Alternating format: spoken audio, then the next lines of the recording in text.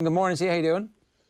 Morning, Ger. Morning, Owen. We had a mild disagreement at the start of the programme about whether or not Liverpool should have just rested their players and phoned in the rest of the season. I'm of the view that ultimately chasing that record was relatively pointless. One, because no one's going to remember it, and two, because, you know, when all the world is conquered, you need another world to conquer, otherwise you get a bit boring. Next season, when Manchester City and them are going toe-to-toe and winning every week, it'd be nice to have a 100-point record to chase. Yeah, that's very true. But to be fair, Klopp did say before the season restarted that he was chasing that record. I'm just looking up the quote there this morning. He said, "We want to win football matches, and not only 2, but if possible 9. This can become historic, and not only club historical, but historical in general." So, look, he laid his cards out on the table at the start of the resumption of the Premier League season, and you know, I'd say he's disappointed. I wouldn't say he's, I'd say he's actually more angry about the mistakes that led to the defeats against Manchester City and Arsenal, because it was just so un-Liverpool. Like, we all saw Andy Robertson getting the runaround, not looking too healthy against Man City at the Etihad Stadium. And of course, last night then, you know, the two men that are the base of the spine of this great Liverpool team, Alisson and Van Dijk, making absolutely uncharacteristic. Now, we've seen Van Dijk maybe making 1 or 2 across the season, but I'd say that's what is, angering Klopp a bit more this morning, is those mistakes. I wouldn't say he'll have sleepless nights over the record, but I'd say he definitely wanted to achieve it, because, you know, there is a rivalry between himself and Guardiola. And this goes back a long way, and you know, he wants to better Guardiola. He wants to do better than Guardiola's done. He's already won the Champions League, which Pep hasn't managed.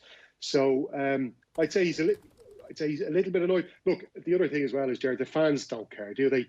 You know, Liverpool fans just wanted to win that title after 30 years, and all they'll care about is next week when they play against Chelsea, and Kenny Dalglish is up in the Kop handing out the medals, and that's the only thing Liverpool supporters care about.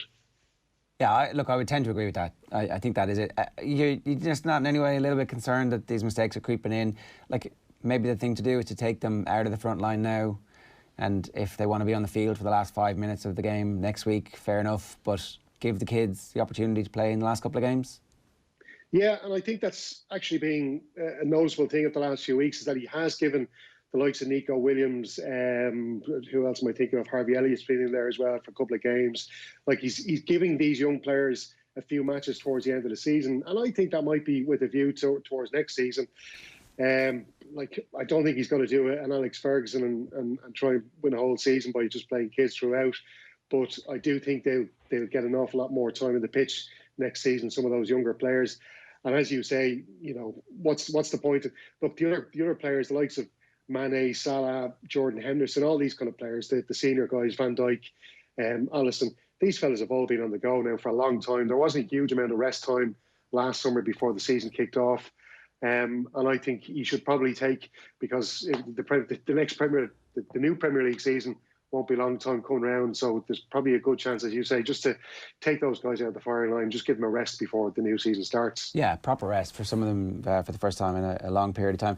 Let's talk a little bit about the Man United game. So essentially, if Man United win tonight, then Spurs' Champions League chances are entirely over, and you'd expect Man United to take care of business, right?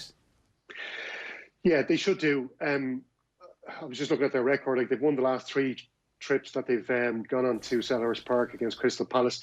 They were beaten by Crystal Palace earlier this season 2-1.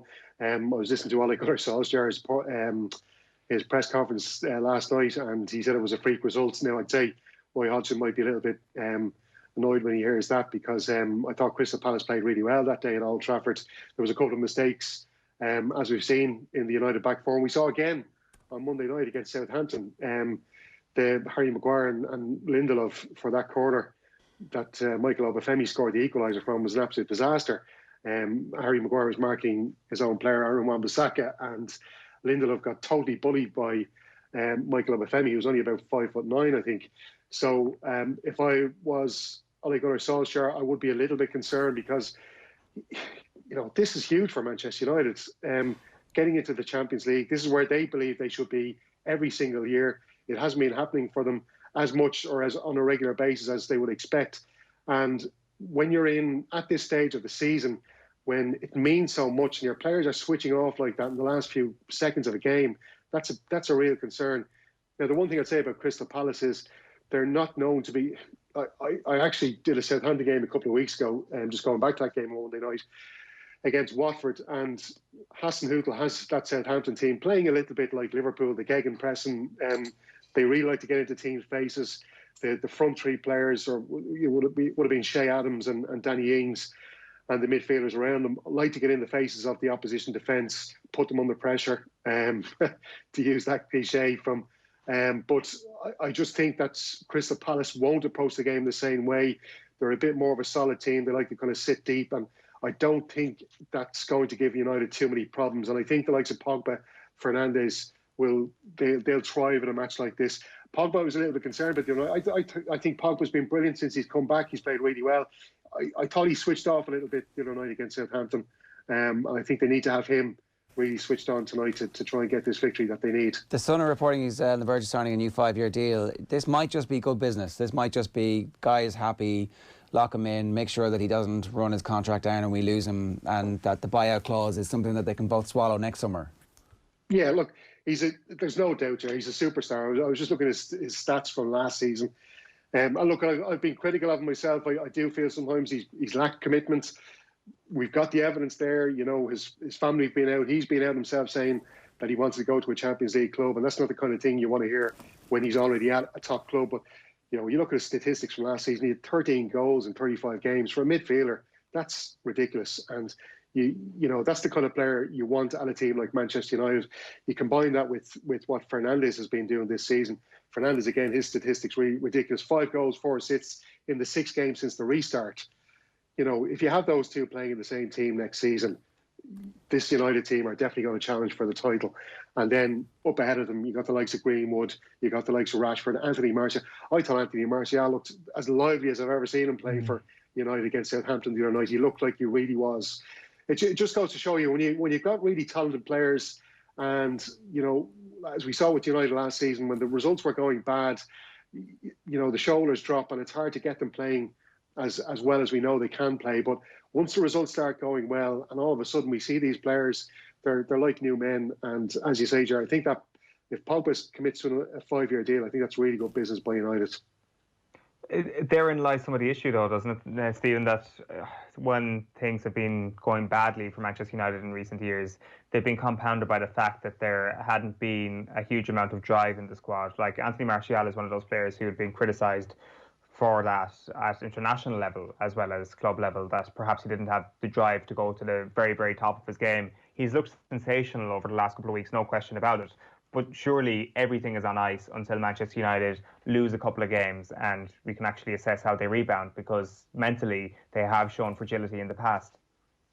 Yeah, definitely. As you say, they're on a run of 18 games now, unbeaten in all competitions. And as we saw, you know, in the previous season, and also earlier this season, that when results do go bad, that's when we can see the crack showing this United team. And, you know, I keep going back to the defence. You know, they've got 4 players there. You know, Wan-Bissaka, I think, has been really improved this season.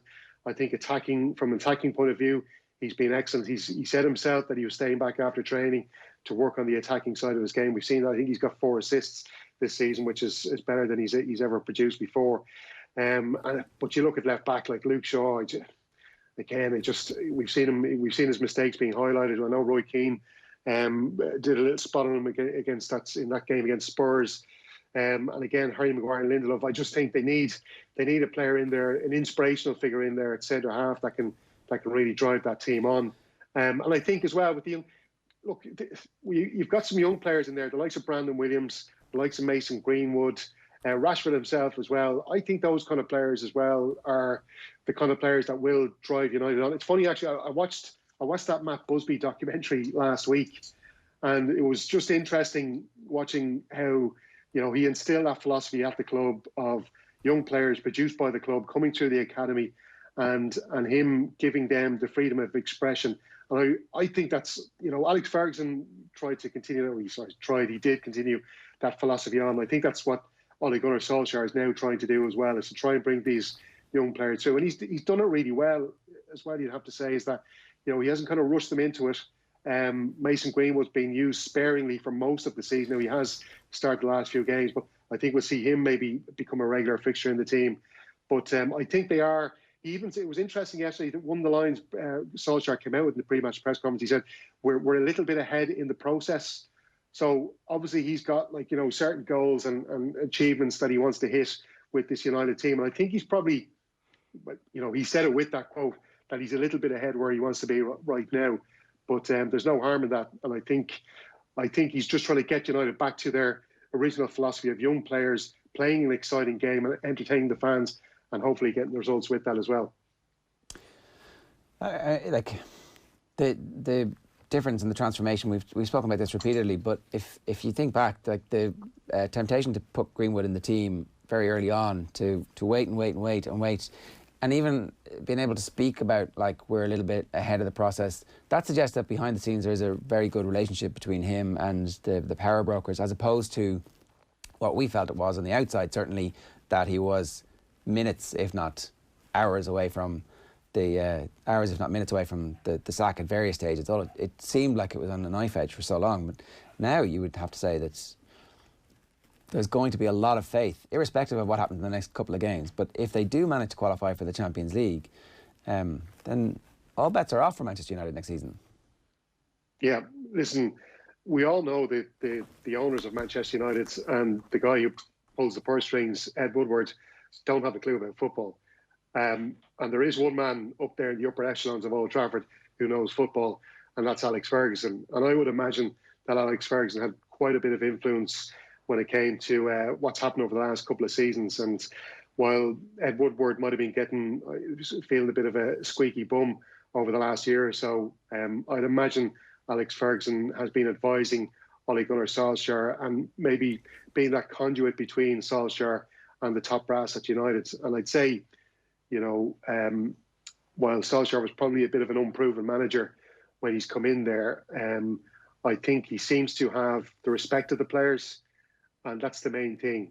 He's won everything there is to win. He's one of the iconic players of Manchester United, having led them to that second historic European Cup, and he's just, I think he's a bit of a, in the same way that maybe Roy Keane was kind of Ferguson's mouthpiece on the pitch, I think, Solskjaer is a bit like that now for United. I think he's got Ferguson's ideas. I don't think he suffers fools gladly either. From what I've read, there's a few little bit snippets that Solskjaer can be quite, he doesn't take any bullshit from players, and I'd say he can put lads in their place pretty quick. He made a few scathing comments to teammates back in the day when he was in the dressing room, that kind of stuff. So I'd imagine, there's a buffer there of Ferguson in between the top brass at the club and Solskjaer. He even said, he was asked yesterday about the FFP stuff and Man City, and he had no interest in talking about it. He said, look, I'll let other people debate that. And, I think that gives you another insight as well. Solskjaer he's just interested in training a football team, getting them out there on the pitch and getting results. Steve, good stuff. Enjoy the game tonight. Thanks a million. Thanks, Jared. Thanks, Alan. Stephen Doyle is doing that game for us live this evening. If you download the OTB Sports app, you'll be able to hear it